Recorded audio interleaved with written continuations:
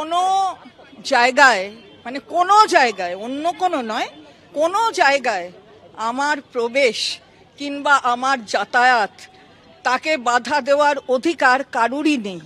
সুতরাং উনি যদি ভেবে থাকেন যে রাজভবনটায় উনি থাকেন বলে সেটা ওনার পৈতৃক সম্পত্তি হয়ে গেছে, সেটা তো নয়, ওটা মানুষের সম্পত্তি। সুতরাং ওই মানুষ, আপনি মিনিস্টারের কথা ভুলে যাও, আমি তো একটা নাগরিক, আমি সেই নাগরিকের অনেক কিছু থাকতে পারে, এমনও হতে পারে যে ওনার পিস রুমে গিয়ে আমি একটা অভিযোগ করতে পারি, সেটাও আমার প্রবেশ উনি বন্ধ করে দিয়েছেন। তাহলে পিস রুমটা হবে কি করে? তাহলে এই যে ওনার প্রবেশ অধিকার আমার বন্ধ করা, আমি জানি না, অনেকেই বলেছেন, কিন্তু উনি আমাকে তার মধ্যে থেকে চুজ করেছেন আমার বিরুদ্ধে বলার, সেটা আমরা দেখে নেব উনি কেমন করে অধিকার আমার কেড়ে নেন। রাজ্যপালের বিরুদ্ধে শ্লীলতাহানির অভিযোগ ওঠার পর গতকাল চন্দ্রিমা ভট্টাচার্য ঠিক কি বলেছিলেন দেখুন। মাননীয় প্রধানমন্ত্রী আসছেন, আগামীকাল তাঁর নাকি 3টে সভা আছে। কোথায় থাকবেন? রাজভবনে থাকবেন। রাত্রিবাস মাননীয় প্রধানমন্ত্রীর রাজভবনে। তার আগে একই কাণ্ড, রাজ্যপাল তার বিরুদ্ধে থানায় অভিযোগপত্র জমা দিতে গেছেন।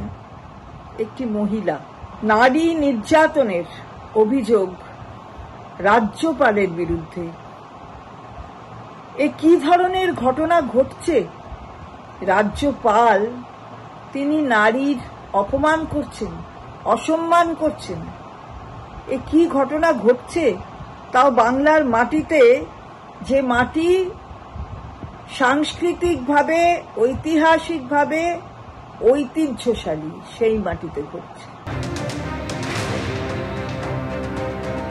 এবিপি আনন্দে মুখ খুললেন রাজ্যপালের বিরুদ্ধে অভিযোগকারিনী। রাজ্যপালের বিরুদ্ধে যে অভিযোগকারিনী শ্লীলতাহানির অভিযোগ তুলেছিলেন মাত্র 8 দিনের ব্যবধানে পরপর দুবার, সেই অভিযোগকারিনী এবার মুখ খুললেন এবিপি আনন্দে। রাজ্যপালের বিরুদ্ধে শ্লীলতাহানির অভিযোগ রাজভবনের অস্থায়ী কর্মীর। 19 তারিখে আমার সঙ্গে যখন কথা বলেন, আমার কোয়ালিফিকেশন অনুযায়ী ওনার মনে হয়েছিল যে এই চাকরিটা আমার জন্য ঠিকঠাক না, তো সেই জন্য উনি বলেছিলেন যে অন্য কোনো ডিপার্টমেন্টে উনি শিফট করিয়ে দেবেন, কিংবা যদি বেটার কোনো অপশন পাওয়া যায় সেটার জন্য উনি হেল্প করবেন আমাকে। এটা 19 তারিখে হয়। তো উনি সিভি নিয়ে আমাকে দেখা করতে বলেছিলেন। 24 তারিখ আমি গিয়েছিলাম। উনি বলেছেন উনি আমাকে আলাদা চোখে দেখেন এবং উনি যেটা করবেন সেটা শুধুমাত্র আমার জন্যই করবেন। হাত মেলাতে চাইলে সেটা আমি না করে যখন প্রণাম করেছি, প্রণাম করার পরই উনি তারপর ঘটনাটি ঘটিয়েছেন। সেই মুহূর্তে ওনার হাতটা আমি জাস্ট ধরে, মানে ধাক্কা মেরে ওনাকে সরিয়ে ওখান থেকে বেরিয়ে এসেছিলাম। তারপরে উনি আমাকে আবার ঘন্টা পরে ডেকে পাঠিয়েছিলেন। উনি আমাকে গতকাল বলেছিলেন আজকে তো পিএম আসবে, তাই আমি রাতে সময় পাবো না, সন্ধ্যেবেলায় ফোন করবো 6:30 থেকে 7টা, আমাকে টাইমটাও বলে দিয়েছিলেন। এবং সেটা আমি তখনই প্রত্যাখ্যান করেছি। ওনাকে বলেছি স্যার অলরেডি আমি অন্য জায়গায় ট্রাই করছি। এবং উনি আবারও কালকে বিভিন্ন জায়গায় ইউনিভার্সিটিতে এখানে ওখানে বিভিন্ন চাকরির জন্য আমাকে বলেন।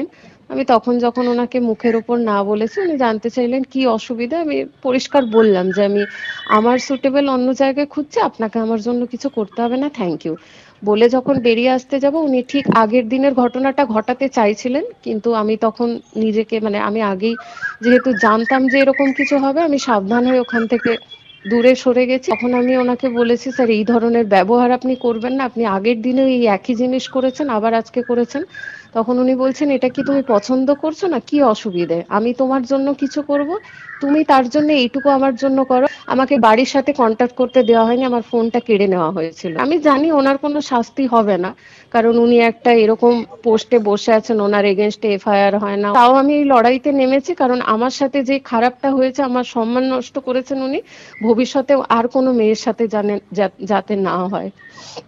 এত কিছুর পর ওনার এই ধরনের, মানে এই মন্তব্যটা খুব হাস্যকর না, যে আমি পলিটিক্যাল পার্টি আমাকে চাপ দিচ্ছে আমি করছি। একটা মেয়ে তার নিজের সম্মান নিয়ে, নিজের চরিত্র নিয়ে পলিটিক্যাল পার্টির সাথে যুক্ত হয়ে এই ধরনের নোংরা খেলায় নামবে বলে, মানে সেটা ওনার হয়তো মনে হতে পারে।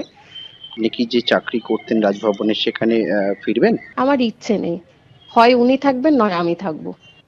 রাজ্যপালের বিরুদ্ধে শ্লীলতাহানির অভিযোগ করেছেন রাজভবনের এই অস্থায়ী কর্মী। আর এবার মুখ খুললেন রাজ্যপাল। তিনি বলছেন স্রেফ নির্বাচনী কৌশল, ভোটের মুখে অপদস্থ করতেই এই অভিযোগ।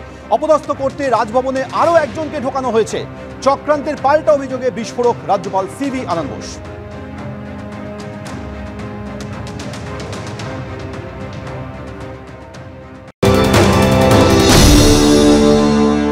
Dear members of the Raj Bhavan staff, I welcome all the generous allegations and the frequent innuendos passed on me by some political forces. I understand, my friends, there is more in the offing. But one thing is clear. None of the absurd dramas is going to deter me from my determined efforts to expose corruption and curb violence.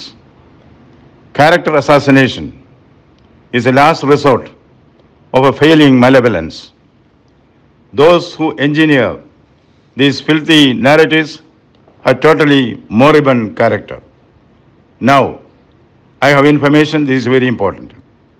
Now I have information, my very dear friends, that a more sinister plot has been hatched in the Raj Bhavan. We know the characters chosen for this. Beware. I tell the political party that is plotting against me, this is no storm. This is only storm in a teacup. Do not be surprised if you realize I am the storm. At least now, the politicos should have realized I would like to be the captain of the storm, not captain of the calm. Bring out all the weapons from your armory. Use it against me. I'm willing. I'm prepared. Sorry, my detractors. I have learned the lessons to fight, not flight. Waiting for the next grenade and your hidden bullets. Yes, with great expectations. Please fire. I'm willing to receive it. I'm only assuring my brothers and sisters of Bengal. Hey, Lodai. Ami Lodbo. Hey Lodai, Ami Lodbo. I shall continue my fight for the dignity and respect